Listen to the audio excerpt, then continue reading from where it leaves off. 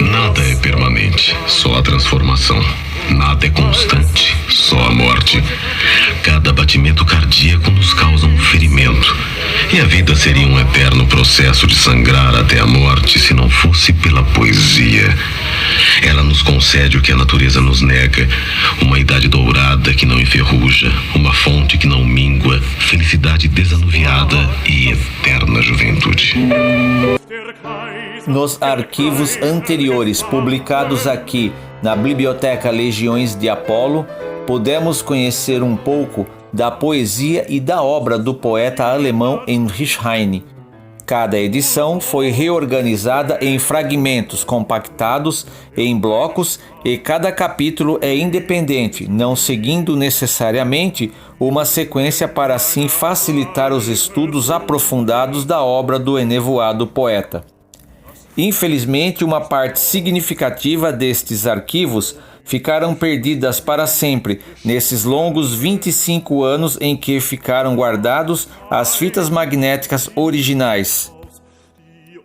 Heinrich Heine ocupa na minha biblioteca um espaço privilegiado depois de Lord Byron, Charles Baudelaire e Leopardi, entre outros. E é para mim um prazer imenso compartilhar com vocês partes da obra deste poeta.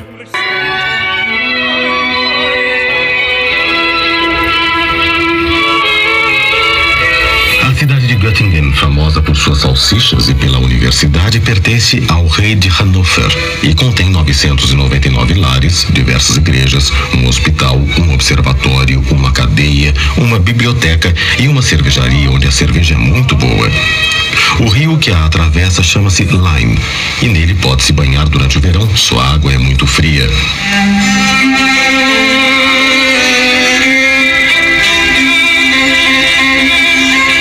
A cidade em si é bonita e seu melhor ângulo é quando você lhe dá as costas. Ela deve existir há muito tempo, pois ao matricular-me aqui 5 anos atrás, lembro-me que ela tinha a mesma aparência cinzenta, tal qual velha cabeça plantada sobre ombros jovens.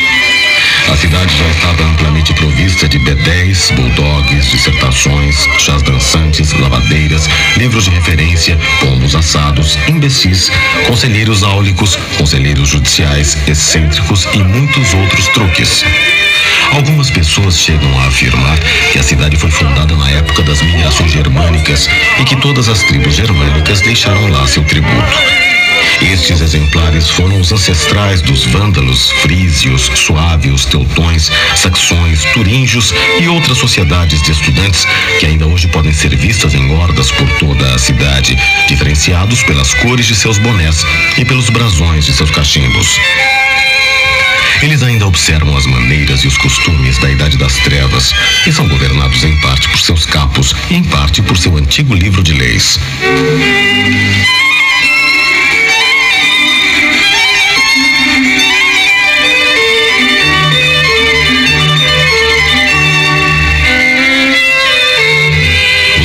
De Göttingen podem ser divididos em estudantes, professores, filisteus e gado. As 4 classes não estão de maneira alguma definidas com nitidez. O gado é a classe mais importante. Seria muito demorado fornecer uma lista com os nomes de todos os estudantes e todos os professores. Além disso, neste momento não consigo lembrar os nomes de todos os estudantes, enquanto muitos professores não fizeram nome algum. O número de filisteus em Göttingen deve ser muito grande, como a areia, ou melhor, como o lodo do mar. Realmente, quando os via pela manhã, plantados do lado de fora dos portões da corte acadêmica, caras sujas e explicações limpas, me perguntava como Deus pôde criar uma tal corja de canalhas.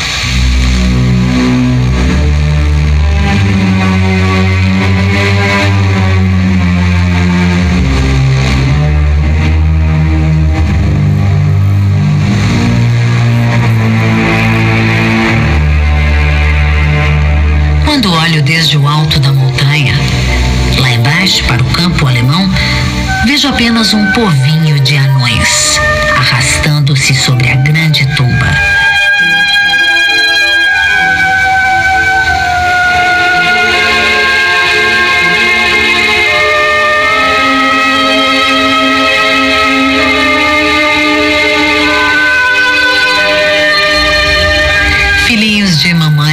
vestidos de seda, dizendo-se o cerne do povo. Patifes exigindo respeito, mercenários querendo mandar.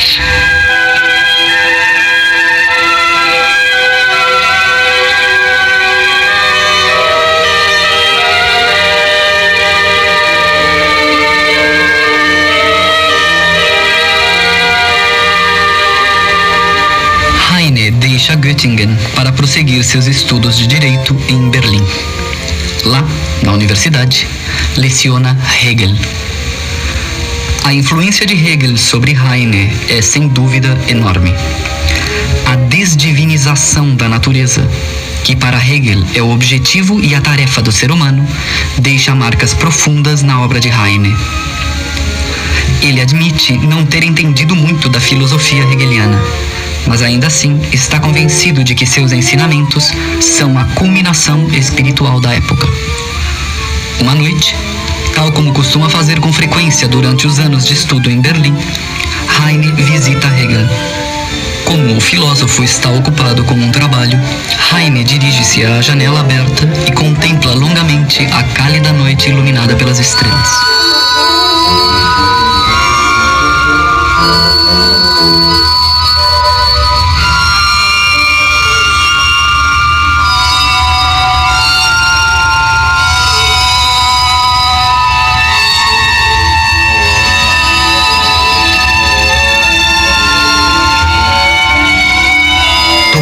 Arrebato romântico, o poeta começa a fantasiar a respeito do céu estrelado, do amor e do poder divinos nele vertido, a princípio intimamente e depois, pouco a pouco e sem dar-se conta, em voz alta.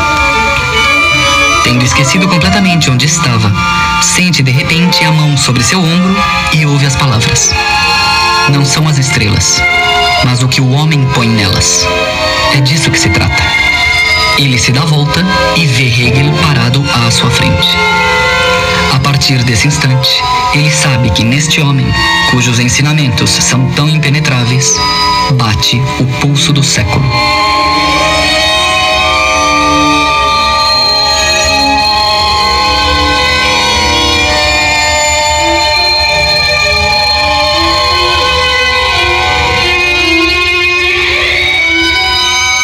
O lótus em flor tem medo da glória ardente do sol e, reclinando a cabeça, espera a noite sonhando.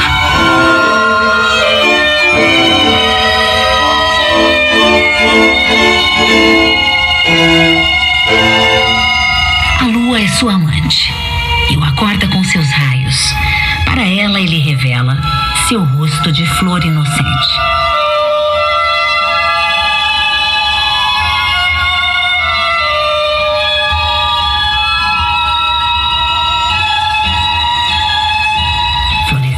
Cintilante, olha calado para o alto, fragante, chorando e tremendo, de amor e de dor de amor.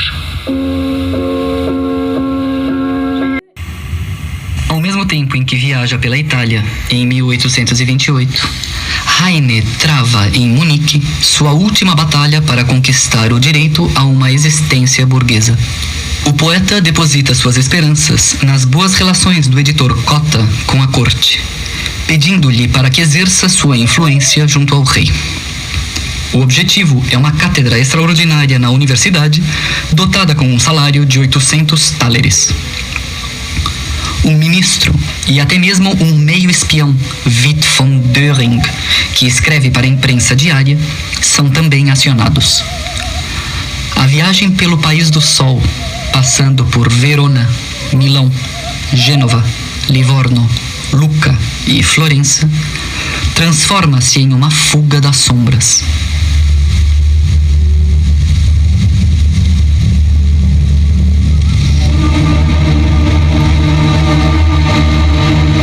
Em determinado momento, em vez da esperada notícia de sua colocação, fica sabendo que a saúde do pai se deteriora rapidamente.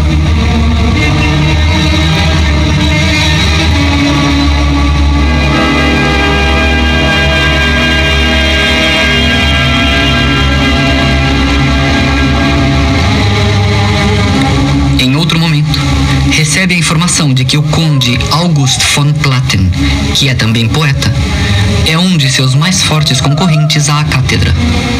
E, finalmente, que a perspectiva de obtê-la naufragou definitivamente e que Platen está preparando uma obra, o Édipo Romântico, em que Heine é atacado com violência.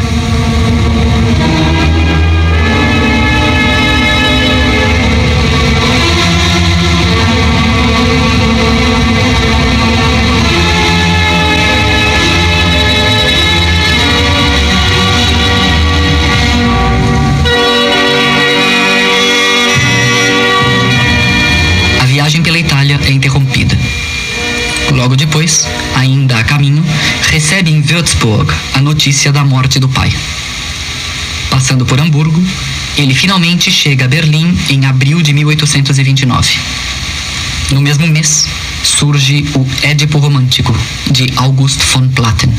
Fazia uma bela manhã ensolarada quando Heine entrou na loja de Camp de muito bom humor. Camp tinha recebido o livro no dia anterior e notara uma passagem em que o amigo de Immermann comenta que seus beijos exalam o aroma do alho. Eu lia despreocupado e, como não tirasse os olhos do livro, não pude ver que Heine corava com violência para em seguida empalidecer mortalmente.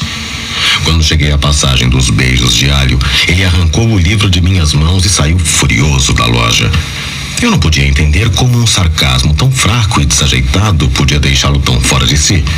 Eu lhe disse exatamente isso e ele, sem me dar ouvidos, respondeu: "Quanto você quer apostar como eu mato o Platen de raiva?" Quando contei isso a Camp, ele me respondeu: "Se Heine disse isso, ele manterá sua palavra, pois seu ódio é implacável." De fato, Heine escreve e escreve, ou seja, ele afia a faca uma e outra vez. Ele quer matar Platen. Não se trata de uma disputa. É uma guerra de aniquilação. Heine sente-se banido de volta ao gueto. Ele tem vergonha de passear por Hamburgo. Platen é homossexual. Agora, a minoria racial ataca a minoria sexual. Ser radical é agarrar as coisas pelas raízes. As raízes do homem, para Heine, é sua sexualidade. Heine foi atingido no tronco. Seu tronco é seu judaísmo e sua poesia. Um determina o outro. Ele revida sem compaixão. Doa a quem doer. E com ele acontece como com um avestruz, que acha que se escondeu totalmente quando enfia a cabeça na areia, de forma que somente o traseiro é visível. Nosso ilustre avestruz faria melhor se enfiasse o traseiro na areia e nos mostrasse a cabeça.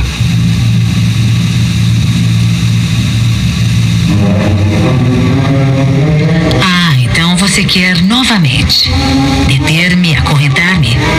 Devo escapar pelo ar, corrente dos desejos da alma, verta-os em canções bramantes, que fluam livres pelo éter.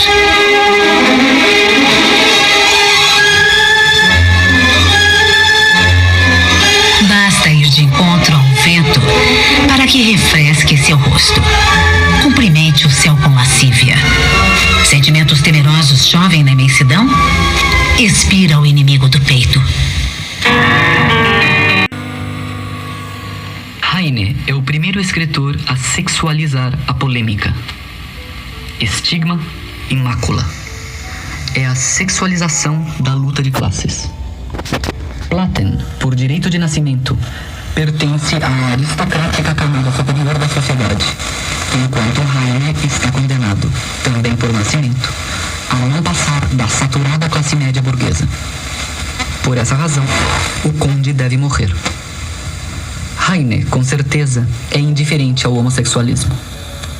É o conde que deve deixar de ser conde, e a pederastia oferece nada mais que a arma.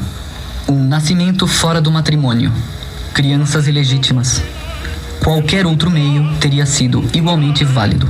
A batalha de sarcasmos entre Schiller e Goethe foi uma guerra de mentira. Era o período artístico, valia a aparência da vida, a arte e não a própria vida. Quando os padrecos de Munique me atacaram pela primeira vez e colocaram um judeu sobre o meu tapete, eu dei risada. Achei que era uma grande bobagem. Mas quando senti o cheiro de algo sistemático, quando vi que a ridícula figurinha fantasmagórica se transformava em um vampiro ameaçador, quando percebi a intenção da sátira de Platen, quando soube pelos livreiros da existência de produtos similares circulando em manuscrito e embebidos no mesmo veneno, eu preparei minhas armas e golpeei com toda a força o mais rápido que pude. É bom que os maus, por uma vez, encontrem o homem certo, que revida sem medir consequências e destemidamente por si mesmo e por outros. Claro que os castrados se queixaram quando eu ergui minha voz. Queixavam-se e diziam que meu canto era muito grosseiro.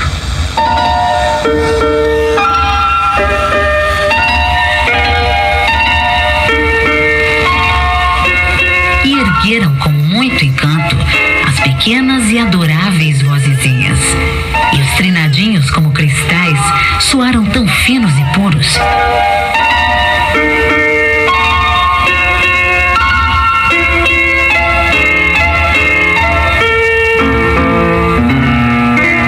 Cantavam a falta do amor, o amor e o prazer do amor. As damas nadavam em lágrimas. Tão estético esse prazer.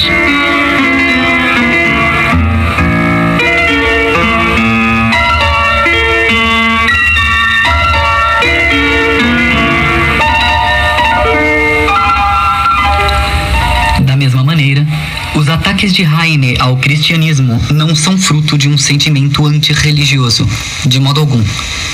Eles são o grito de um depravado social, a quem uma e outra vez se nega uma existência burguesa. De manhã eu acordo e pergunto: será que hoje ela vem? De noite eu me deito e me queixo. Ainda não foi desta vez. De noite eu preocupado, não durmo, fico acordado, sonhando num quase cochilo. De dia caminho sonhando. Não temos mais a força para usar uma barba, para jejuar, para odiar e de ódio aguentar. Esta é a razão de nossa reforma. Aqueles que recomendam sua instrução e esclarecimento por meio de comediantes querem dar ao judaísmo uma nova cenografia e novos bastidores. E o souffleur usará um colarinho branco em vez de barba. Outros querem um cristianismozinho evangélico com assinatura judaica e fazem uma batina de lã do Cordeiro de Deus, um gibão das plumas do pombo do Espírito Santo e do amor cristão, ceroulas. E vão à falência. E sua descendência chama-se Deus, Cristo e Companhia Limitada. Esta queda final do cristianismo torna-se cada vez mais evidente para mim. Essa ideia podre já durou o suficiente. Eu chamo o cristianismo de uma ideia. Mas qual? Há famílias de ideias sujas que se aninham nas rachaduras deste velho mundo, os abandonados locais de oração ao Espírito Divino, assim como uma família de percevejos se aninha na cama de um judeu polonês. Quando se pisa em uma dessas ideias percevejo, o fedor que ela exala pode ser sentido ao longo de milênios. Uma delas é o cristianismo, que deve ter sido espezinhado há 1800 anos e que desde então vem empestando o ar que nós, pobres judeus, respiramos.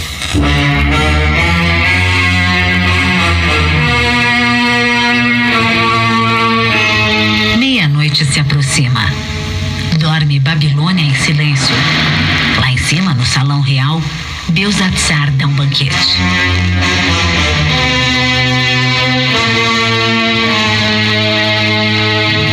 Com as faces incandescentes, a coragem com o vinho aumentando. Cegado por seus sentimentos, blasfema o rei contra Deus. Ao alto leva ele os cálices, roubados de Jeová. Enchendo-os com mão ímpia, com a relíquia ele brinda.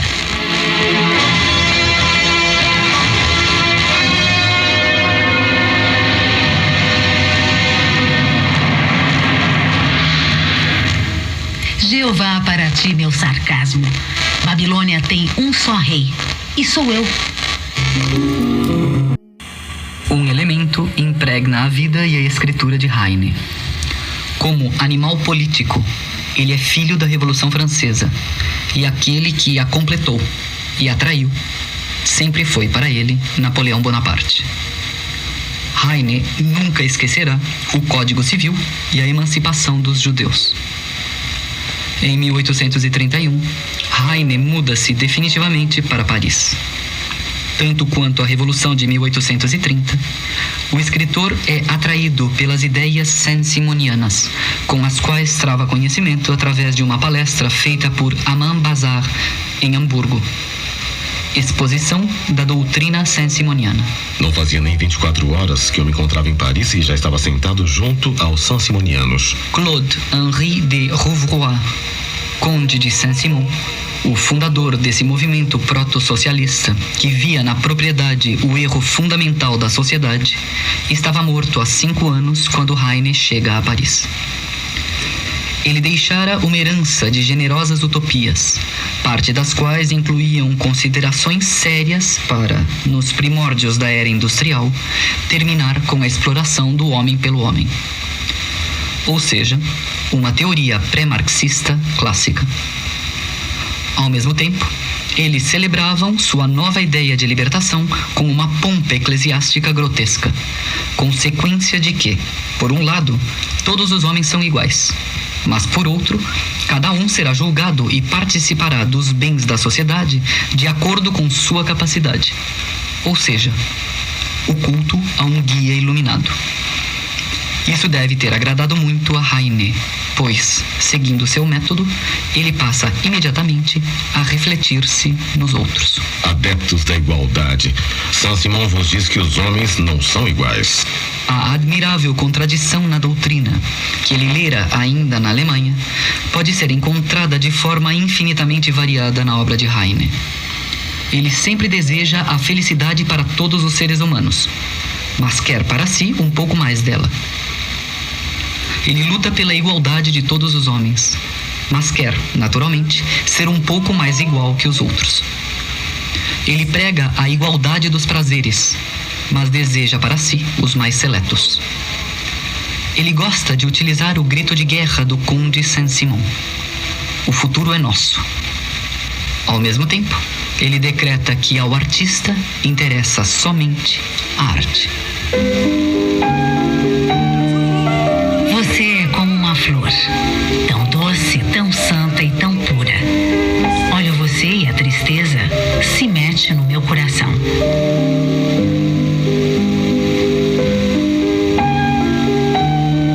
Sinto que deveria pousar minhas mãos em tua fronte, pedindo que Deus te conserve, tão doce, tão santa e tão pura.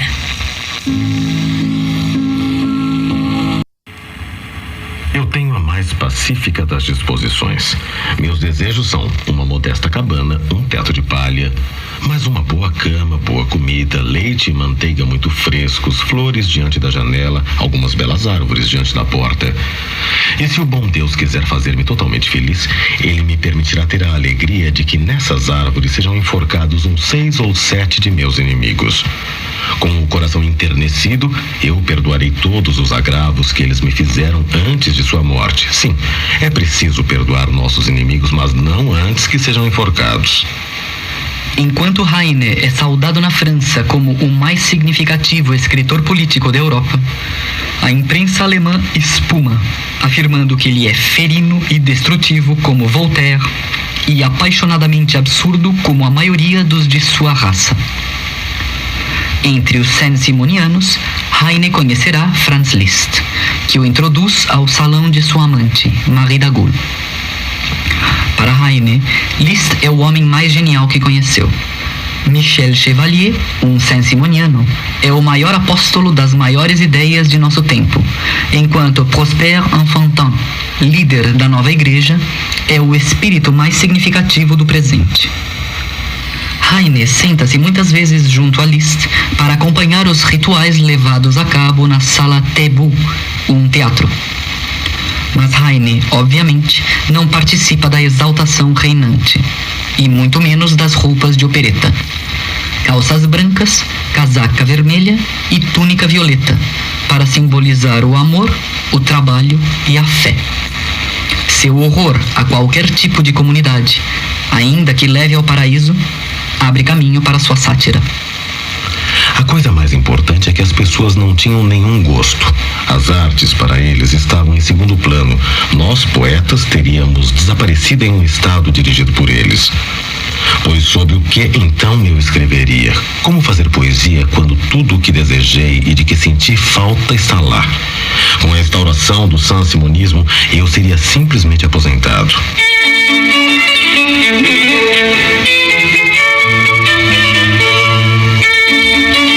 Queremos ser felizes sobre a terra e não queremos mais ter fome. Não deve se empanturrar a barriga preguiçosa daquilo que foi ganho por mãos hábeis.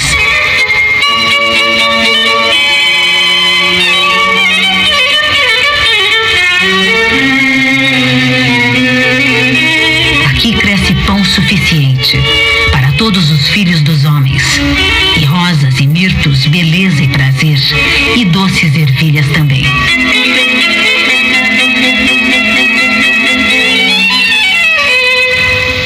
Sim, ervilhas para todos, assim que as vagens se abrirem. O céu nós deixaremos para os anjos e os pardais.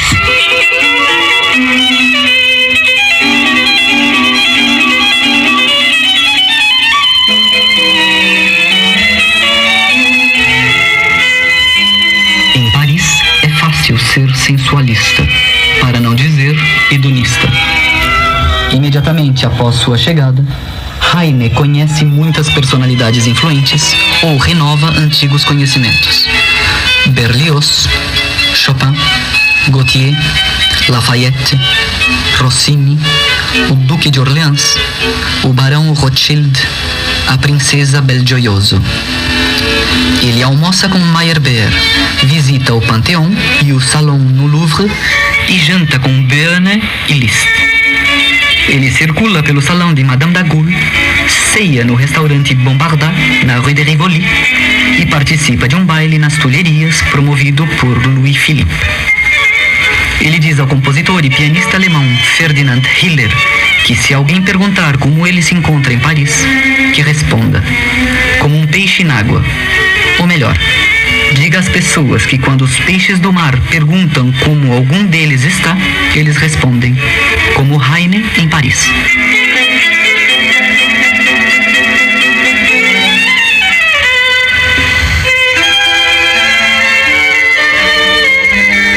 Mas Heine também trabalha com afinco. Ele não somente senta-se com Meyerbeer na ópera. Ele visita diariamente o gabinete de leitura na Galeria Vivienne, onde estuda os jornais alemães e franceses, e frequenta regularmente a Biblioteca Real.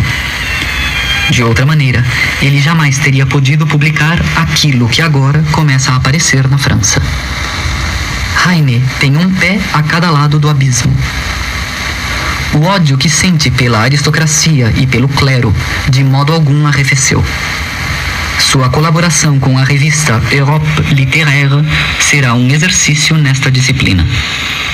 Farei todo o possível naquele periódico para tornar a vida espiritual dos alemães mais conhecida dos franceses. Esta é minha tarefa de vida atual e talvez eu tenha a pacífica missão de aproximar os dois povos.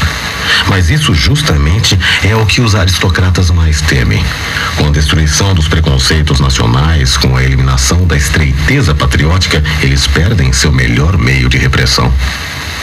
Por outro lado, um ano após tal profissão de fé, Heine vai ao encontro do enviado prussiano a Paris, o Barão von Werther, para assegurar-lhe que ele de modo algum é tão hostil à Prússia como dizem os rumores. Isso se deve a uma única razão. Heine teme sua morte como escritor alemão por meio da censura e da repressão.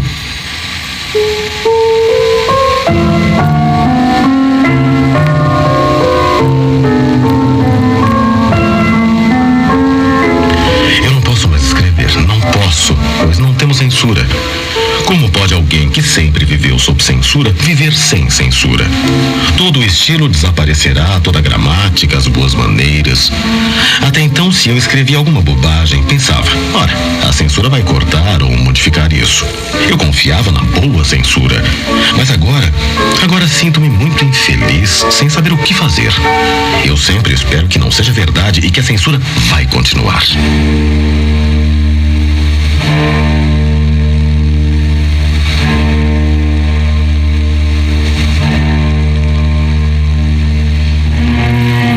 Ela, de fato, continuava. Após uma resolução do Congresso Alemão em 1832, nada com mais de 20 páginas pode ser publicado sem uma autorização do governo. Em consequência, passa a reinar nos estados alemães uma caótica ditadura da palavra. Peças de teatro, palestras, periódicos e, naturalmente, livros são mutilados, proibidos e confiscados. Atacado violentamente pela imprensa na Alemanha, sendo predominantes as alegações grosseiramente antissemitas, respostas são sistematicamente censuradas. A partir de 1835, a proibição da produção de Heine na Alemanha é praticamente total.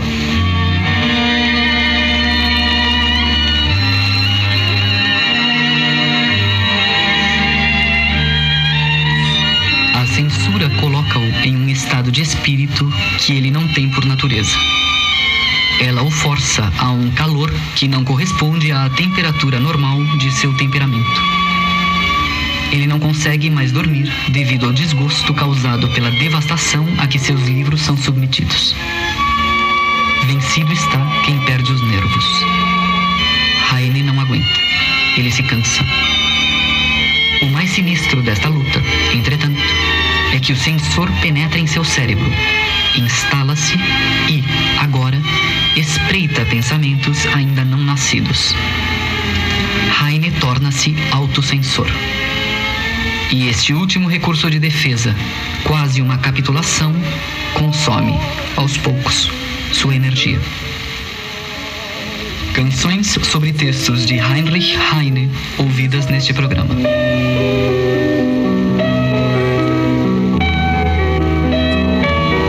De Robert Schumann, Die Lotusblume, o Lotus.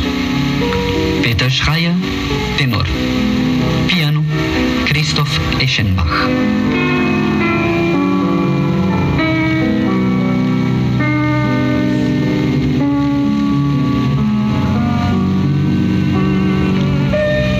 De Johannes Brahms, sobre texto de August von Platen. Weh, so willst du mich wieder. Ah, então você quer novamente. Brigitte Fassbender, meio soprano.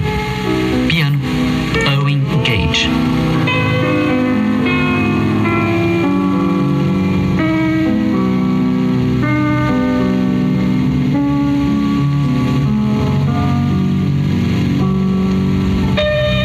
De Robert Schumann. Morgens steh ich auf und frage. De manhã eu acordo e pergunto. Ian Bostridge, tenor. Piano, Julius Drake.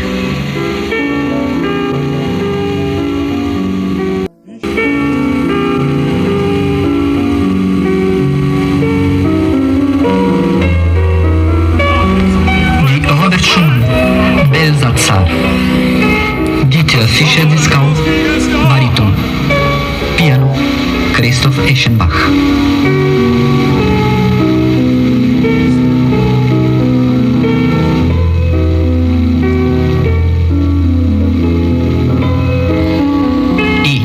Schumann, Du bist wie eine Blume. Você é como uma flor. Peter Schreier, tenor. Piano, Christoph Eschenbach. No próximo programa, pessimismo, doença e morte. Ou o amor como martírio.